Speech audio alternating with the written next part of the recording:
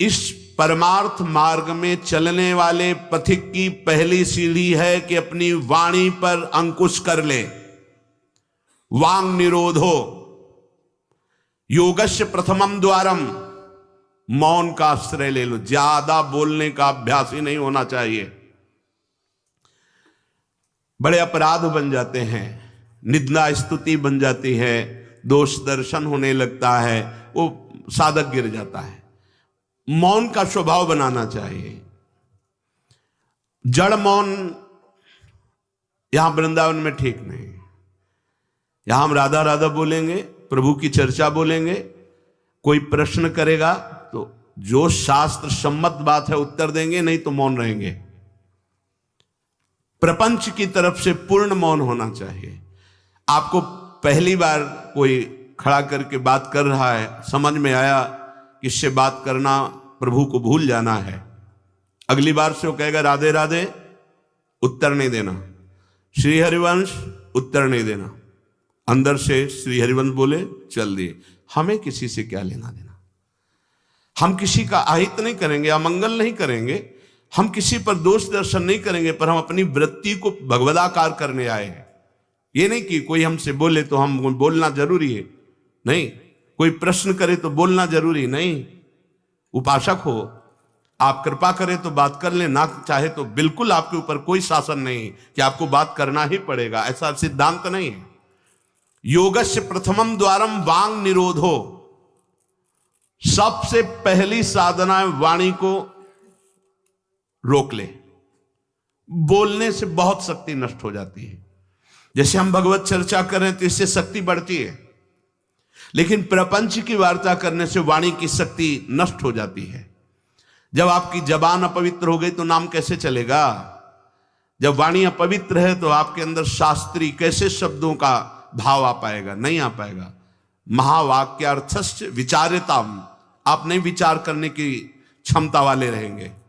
यदि आपने व्यर्थ की बातें शुरू कर दी, अश्लील भाषण बोलते, गंदी भाषा बोलते, तो आप में कभी विचार शक्ति ही नहीं रह जाएगी कि आप शास्त्रों के, संतों के वाक्यों का मनन करने की सामर्थ्य रखें। खो देंगे सामर्थ्य। बहुत अमृतमय वचन निकलते हैं मौन वाणी को पावन रखने वालों के, एकदम शहद में डूबे हुए वचन। इसलिए वाणी पर अंकुश कीजिए। जरूरत हो तो बोलिए, नहीं तो मौन।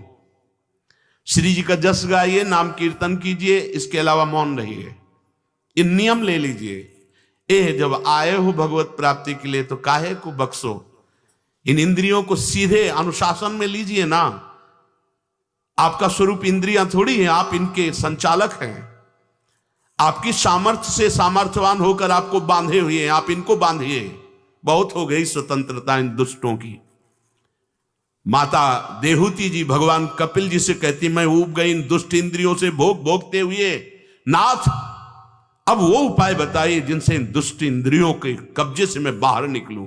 माता देहूती जी, ये बहुत दुष्ट है। ये कुछ मिनट तो लगेगा, बहुत शांत है और भगवत स्वरूप में लगने वाली हैं, और एक क्षण में गिरा के ऐसे नरक में खड़ा कर देंगी जहां पश्चाताप ही होता है, हाथ कुछ नहीं लगता।